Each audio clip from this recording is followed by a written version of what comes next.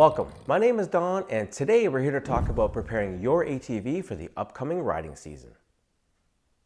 I'm fortunate to be able to ride my ATV pretty much all year round. I live in Canada, in southern Ontario. We get all kinds of weather. We get a little bit of snow, we get a warm summer season, we get a cool wet fall, and we also get a wet spring, which means mud riding season is right around the corner.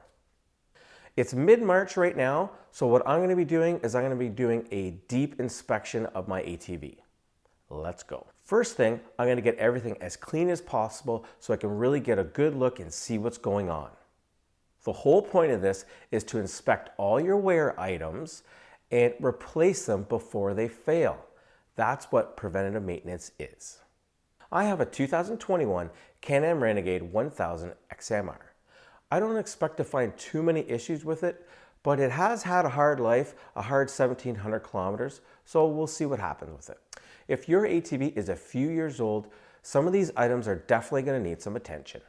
Let's start from the front and work our way back. First thing that many people overlook is your winch. You definitely need to inspect the cable or the rope, pull it all the way out, look for any signs of wear, and replace it. If you have a rope, you definitely want to soak it in some soapy water, rinse it, and let it dry. Something else to consider, if it's a few years old, you may need to service the entire winch. Pull it out of the machine, take it apart, and clean all the moving parts. Okay, the radiator. You want to inspect the fins for any damage, and also look for dirt in those hard to reach areas. You want to check the coolant hoses, the rad cap, check the coolant level, and again, if your bike is a few years old, you may want to consider replacing the coolant. All right, so now we're going to inspect the wheel bearings, the tie rods, the ball joints for excessive play or wear, or cuts and damage to the rubber boots. The tie rods themselves, make sure they're straight. You want to check all your suspension components, such as the shocks. You want to check them for sag or rebound. And you also want to look for any signs of wear or damage.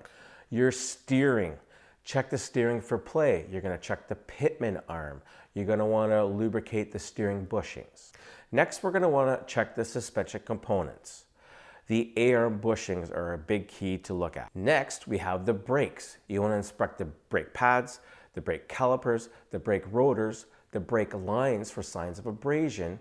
Also, you want to make sure your brake fluid level is topped up. If it's a few years old, you may want to consider replacing the fluid. The front differential. You want to change the fluid, look for signs of wear or any signs of leaks. Leaks can come from the seals, make sure you inspect those. Because when you get into a lot of sand and grit types of riding, that's a material that can work your way into the seals and cause it to leak. Your front drive shaft. If it has U-joints, you want to inspect those, make sure they're greased. And don't forget your CV axles. You want to check them for excessive noise, and you also want to thoroughly inspect the boots for any damage like cracks or holes. The transmission fluid. You want to change it and you want to inspect for signs of wear. What you're looking for is little metal filings that are going to give you indication of wear. Next up is your air filter. Clean it or replace it. You also want to inspect the entire airbox for damage. And don't forget to check your airbox lid seal as well. Next is the CVT system. You gotta clean your clutches. You gotta do it. You also want to inspect your belt. I'm gonna be changing my belt. Like I said, it's had a good 1,700 kilometers of good use, and that way I'll have a good spare in case I need it. Also with your CVT system, you wanna inspect all your vent lines and all your tubing. Make sure the clamps are tight and there's no holes or leaks. Something also to keep in mind, if your bike is a few years old, it would be worthwhile actually pulling your clutches and servicing them. If that's something that you can't do, definitely take it to a shop and they can inspect all the components and replace anything if necessary. Your battery, make sure it's fully charged. Do a load test on it. If it's more than 3 years old, you might want to consider replacing it, just some peace of mind. The exhaust, make sure all the bolts and clamps are tight. There's no signs of any welds broken or any leaks. Also, you want to clean your spark arrestor. That's something that can get clogged up and affect your performance. If you have an aftermarket exhaust, you definitely want to repack it. For sure. Okay, moving to the rear drive shaft. You want to make sure your U-joints are in good working order and there's no slop and that they're fully greased. Now, same as on the front, you're going to do your rear differential fluid. You're going to change it, look for signs of wear or contamination. You're also going to inspect the seals to make sure they're not leaking as well. When it comes to the suspension and the rest of the drive components, you're also going to inspect the CV axles just like we did on the front. With a Can-Am, it has swing arms in the rear, so you're going to want to inspect your bushings and bearings. If you have a different style of ATV, you're going to want to inspect your ball joints, the wheel bearings of course, and the 8-arm suspension bushings. Don't forget about your tires.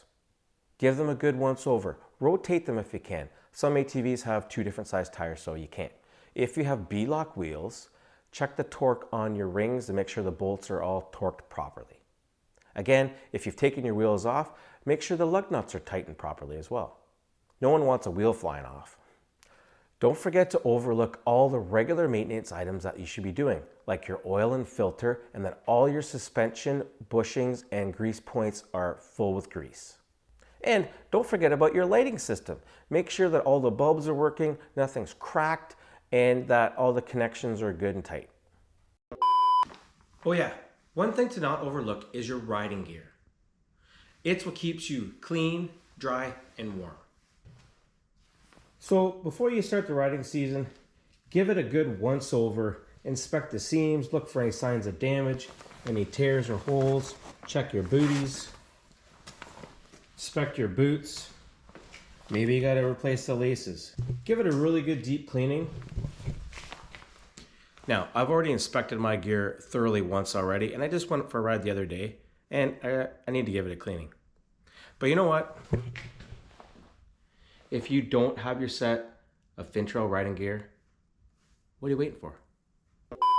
There's nothing worse than having a breakdown, having to get towed home, and then working on your machine when you should be out there riding. It's a big list and it's going to take a while, but I know when I'm done, I'm not going to have any surprises when I'm out there riding. Cheers, I'll see you in the next one.